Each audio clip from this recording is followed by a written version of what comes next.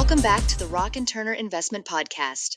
We're excited to have you join us for another episode filled with valuable insights and expert analysis to help shape all of your investment decisions. Ever catch yourself wondering how some businesses just explode? Yeah. Like their product isn't even that amazing, but somehow they're raking it in. Yeah, it's like, what's the secret sauce? Well, today we're diving into a concept that might just change how you see the whole game. It's not always about having the best product. Sometimes it's about reaching the most customers. Makes you think. Get ready to unlock the power of democratization. I like it. It's about more than just like luxury equals big bucks, right? Okay, so let's unpack this democratization thing. Basically, imagine taking something that used to be only for the elite few. The VIPs only club. Exactly, and then you make it available to everyone. Like, boom. Barriers are broken. Could be cost, could be some complicated process, could even be just how people think about it. It's like leveling the playing field, right? Totally. Think of it as opening up access to the good stuff, or whatever that good stuff happens to be in that case. You know, the funny thing is we often equate luxury with these massive profits, but as we'll see, sometimes it's about volume, accessibility that's even more powerful. Oh, absolutely. In fact, this Ferrari versus Toyota comparison from our research blew my mind a little. You'd think, okay, high-end luxury cars, that's got to equal massive, massive profits. Right, like intuitively. Turns out, not so straightforward. It really makes you challenge those assumptions. Ferrari, they're all about exclusivity, right? 48% gross margin. Whoa, wait. So for every $100 they make sale? Almost half is pure profit. Wow. But here's the catch.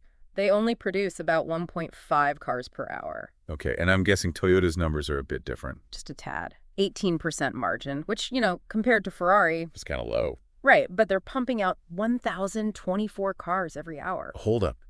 1,024 cars an hour. That's got to be... That's a lot of cars. That's a whole other deep dive just to figure out the logistics of that. Right, but it proves the point perfectly. Toyota might not have that sky-high margin, but the sheer volume, the fact that they make cars accessible to, well, pretty much everyone, that leads to some serious overall profit. So, in a way, they've cracked the code. They took this idea of owning a car, something that used to be, I don't know, kind of exclusive, and said, hey, everyone deserves this. Exactly. And by doing that, they've produced customers, right? They've made car ownership a reality for way more people than a luxury brand ever could.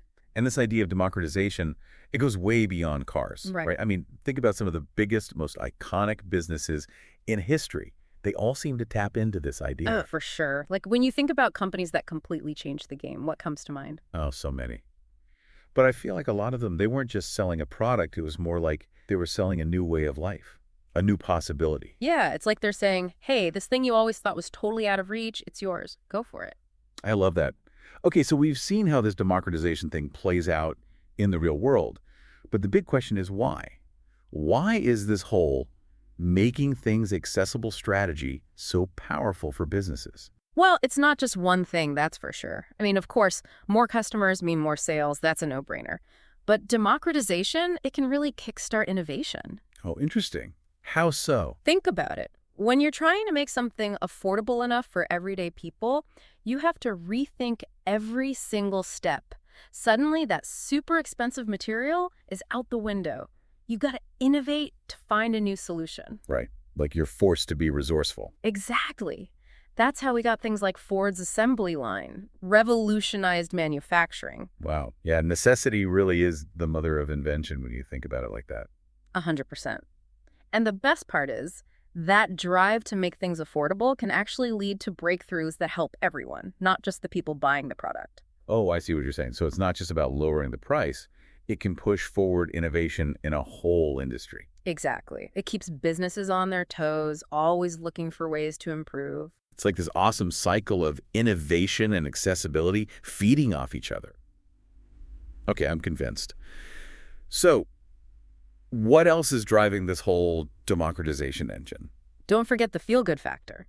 Companies that nail this democratization thing, they often get this reputation for, like, being on the customer's side. They're the good guys, you know, making the good stuff available for everyone. Right, like they're leveling the playing field, like you said before. And that kind of positive association, that's marketing gold. You can't buy that kind of publicity. Makes total sense. When you feel like a company gets you, like they're on your team, you're way more likely to be loyal. 100%. It's about more than just a transaction. It's building a genuine connection. It's like they're not just selling a product, they're selling you that feeling, that connection. Powerful stuff. It really is. And we can't forget about the ripple effect. When you have more people able to buy things that improve their lives, it can actually lift up entire parts of the economy. Right. It's like a win-win for everyone. Like that saying, a rising tide lifts all boats. Exactly. Of course, like anything in the business world, it's not always sunshine and rainbows, this democratization thing. But when it's done right, it can be a seriously positive force, both for companies and, the world in general. So it's about more than just the bottom line. It's about creating a future that's more accessible, more equitable. I'm inspired. This is great. Okay, so next time we're out there looking at a company, maybe thinking about investing or whatever, it's not just about the flashy product, right? Nope. Gotta look deeper. Exactly. Ask yourself, are they democratizing a market? Are they making something that more people can actually get their hands on? Because that, more often than not, that's a sign of potential, no matter the industry. So instead of chasing the next shiny object, we should look for those businesses that are trying to win it for everyone, the masses. Now you're getting it. It's about spotting that potential for real impact, for connecting with what people actually want and need on a larger scale. So then the big question, the one I'm dying to know, what about the future of all this?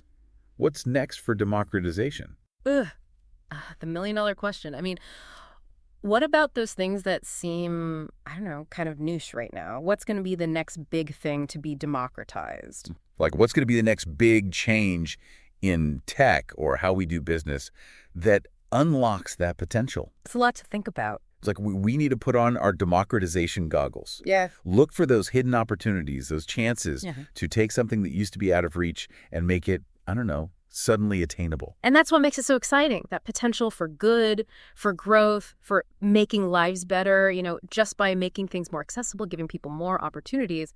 That's the power of democratization. Boom. So there you have it. Next time you're brainstorming, maybe a new business idea, maybe just trying to make sense of the world, remember what we talked about today.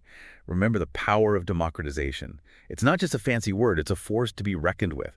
What will you democratize? We really hope that you enjoyed today's podcast, but we really only scratched the surface. If you want to explore any of the themes discussed in more detail, see the show notes or visit us at rockandturner.substack.com.